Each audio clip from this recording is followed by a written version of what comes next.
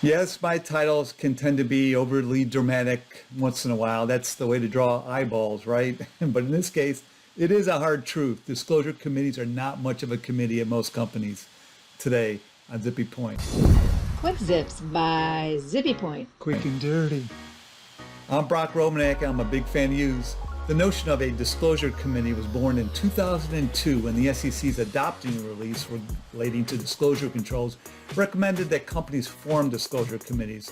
It wasn't required that companies do so, just recommended. Surveys show, though, that over the years, most companies do indeed have one. The adopting release indicated that the committee could include the principal accounting officer or the controller, the general counsel, or other senior legal official with responsibility for disclosure matters, the risk management officer, the chief IR person, and others deemed appropriate, including business unit people. It's hard not to laugh about this topic.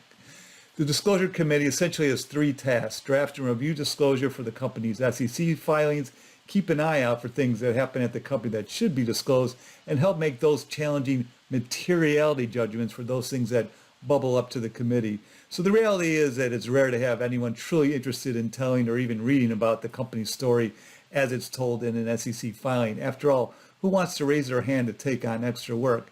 So at most companies, the lawyer primarily responsible for drafting and the disclosure for the SEC filings, and those in finance that do the same are the real gatekeepers here, the real gatekeepers of what goes into the SEC filings.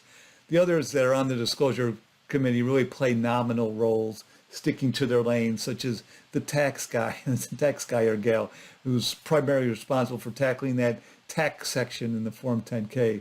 The gatekeepers strive to ensure that what goes into the SEC filings is consistent, and they try to keep the disclosure from becoming disjointed. They're wearing the quality control hats. Everyone else, they barely care. The drafting task really isn't much of a group effort. No one's wearing a I'm on the disclosure committee t-shirt.